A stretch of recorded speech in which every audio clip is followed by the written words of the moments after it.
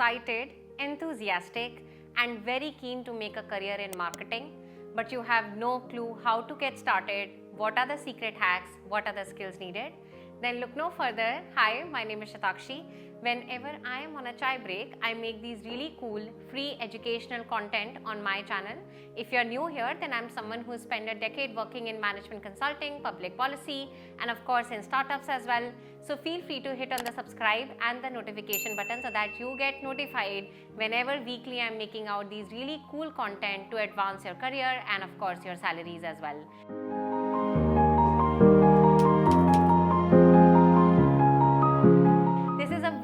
Topic that I'm picking up on my channel. I made a video on secret hacks to make a career in product management. It went viral. Thank you for that. I made separate video on secret hacks to make a career in finance. It also got a good traction. I made of course separate video which is featured on my channel about management consulting, and of course it went viral as well. And I am responding to a lot of requests that came about marketing. Shatakshi, we want you to make a similar video on marketing. We'll put up the screenshot of all the 3 videos that I said somewhere on my screen. Feel free to check them out. But if this video is entirely about marketing, I'm going to be teaching you what the world of marketing is about. I worked with plenty of FMCG clients where I understood what kind of day of a marketeer look like, what kind of work did they do, and of course I will talk you about the benefits and the secret hacks of something called as a product key. What are the 8 components of a product key? How can that information help you to crack interviews as well? And with that, let's get started.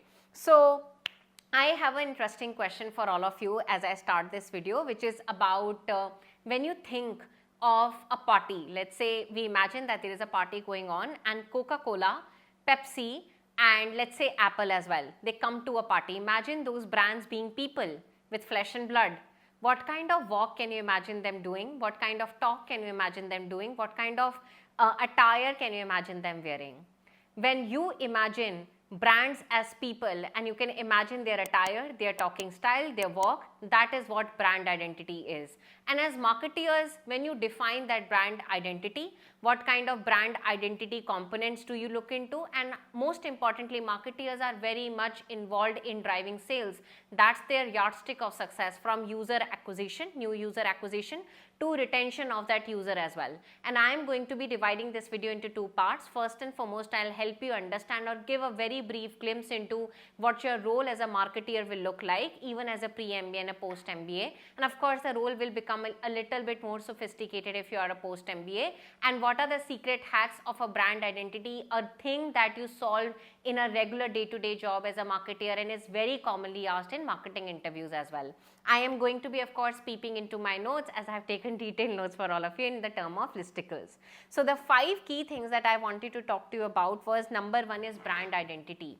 When I asked you that question that what will Apple look like at a party or what will Thumbs Up look like at a party, that's brand identity. And there are components of a brand identity. So as a marketeer, you are responsible to define that brand identity for whatsoever product that you are building. So that's point number 1. Point number 2 is the visual of that brand identity. When you think of visuals, what kind of colors, what kind of themes, what kind of even television versus radio versus which is, so in marketing there is something called as 4P. Of marketing: price, product, promotion and platform. Those are the 4 P's. I am assuming most of you know, it's available on internet, but I wanted in this video to go little bit deeper. So when you think of the entire key messaging, that's the 3rd P of marketing, which is promotion. Who is going to be the lead face on that advertisement? Can it be the CEO of the organization, or does it need to be a leading Bollywood or a Hollywood celebrity? So that's the 2nd role. The 3rd role is product offering. As a marketeer, you are not just responsible for one exact product. You're also responsible for conducting research to figure out, can there be baby products from the main parent product? Can we come up with variants? So think of Dove. Dove is not just available in white format, which people use very often in winter India. It also has a green version, which is very often used in the summers.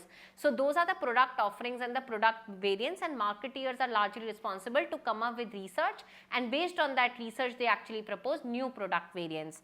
The 4th one is the packaging. I have been in meeting rooms in management consulting where a marketing department head came and asked for my packaging insights, and he was asking Shatakshi whether we should go for this color versus that. And there is one thing that we learned in management consulting: do not have opinions without data or experience.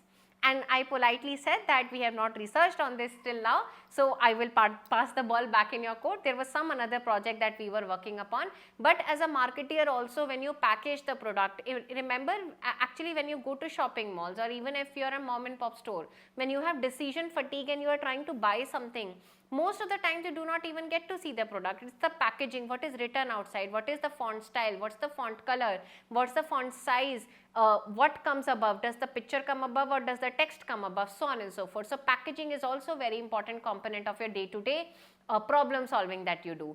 The fifth component is tagline as well. And once again, it's not just creative work. There is a lot of research to actually call a product as something which is utilitarian in nature or emotional nature. Think of Nike. So when Nike has actually taken the entire emotion around sportswear and sports as a segment, and their tagline is just do it, right? If you think almost 20 years ago, when someone is actually coming up with that headline or that tagline of just do it, it doesn't really communicate anything about that product, but something that Nike has been trying to actually capture, and very successfully so, capture the entire success formula, capture motivation, capture sports, right? So that is another work important component that you do in your daily life. So that's the end of section number 1, which is what kind of work do you do as marketer. Interesting, right? Of course, marketing is something for people who are extroverts, who like to solve consumer problems, who are sitting on a lot of data. And once again, I do want to remind you that marketing is not just opinion based. You work on a lot of Excel, you work on a lot of data, you do a lot of consumer research, you do a lot of competitive research, and that is how you came up with the answers around tagline, with celebrity to pull, and packaging, etc. With that, we move towards the second section of the brand key. So I am literally giving my all in terms of learning when it comes to marketing, and I really hope that you appreciate it, and feel free to actually shower that love with the likes. If I get more likes, let's actually be really audacious in this video. If I get more than 1000 likes, I will actually commit to make one more video. So I've covered finance, I've covered marketing, I've covered management consulting, and of course product management. I'll of course cover one more sector. But with that, let's move towards the brand key component. The first component of a brand key is root strength. What is it? It's root strength. So once again, let's talk in the form of examples. When you think of Apple as a phone, right? What are its root strength? Someone can say that it's exclusive, right? That's its root strength. Another person could say it's the beautiful design of an Apple iPhone that really appeals to the urban consumer. So what is the brand strength? Root strength of a brand is something that you as a marketer identify when you're defining the brand identity or a brand key. The second one is competitive environment. As a brand identity, you need to be very clear who is your competition and who is not.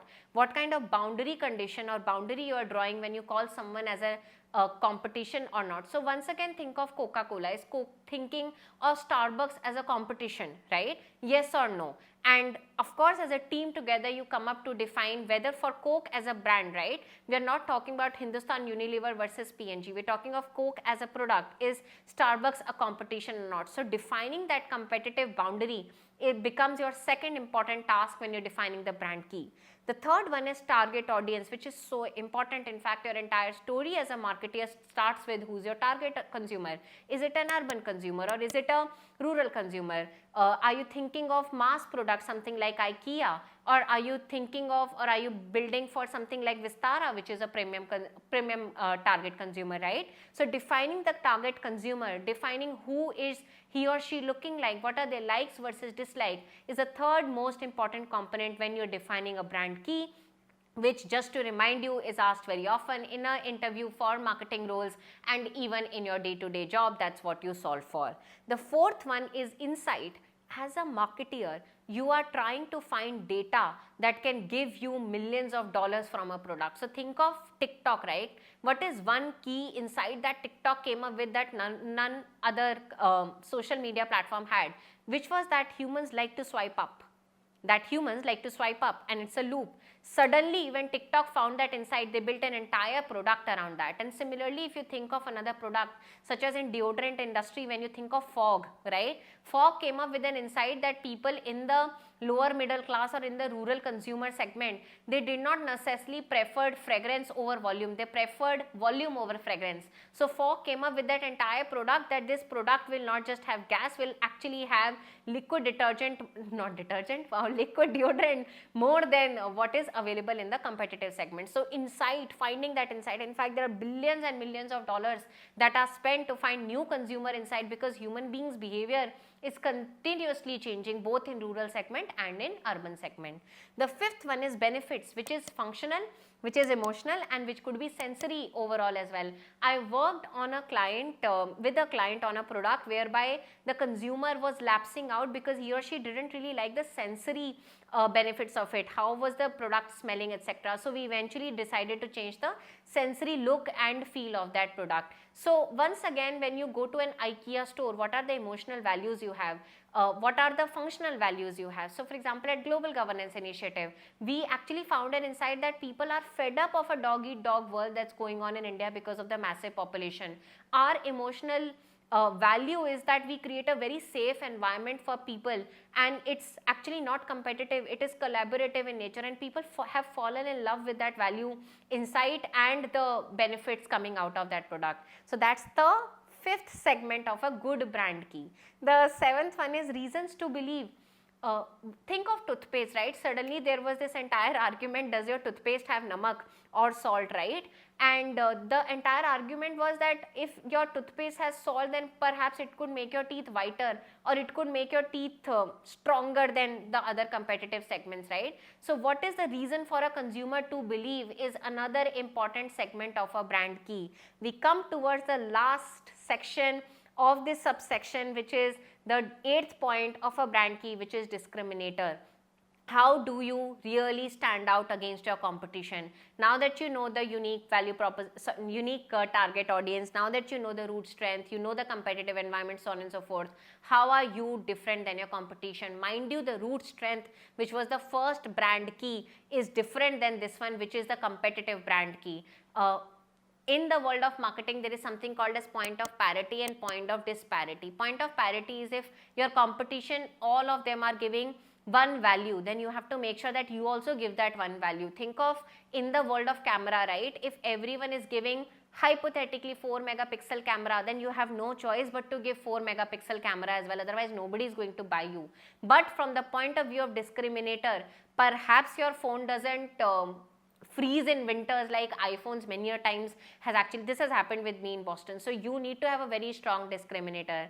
Alright, that's all I had to share in this video in terms of what are your roles as a marketeer and what are the components of a brand key. And I've always maintained, if you want to advance your salary and career, then feel free to check out GJ Impact MBA Scholars, where you get a chance to actually build a career in management consulting, public policy, product management. Few of them are actually marketeers as well, at globalgovernance.initiative.org. I'll see you very much soon. Ciao.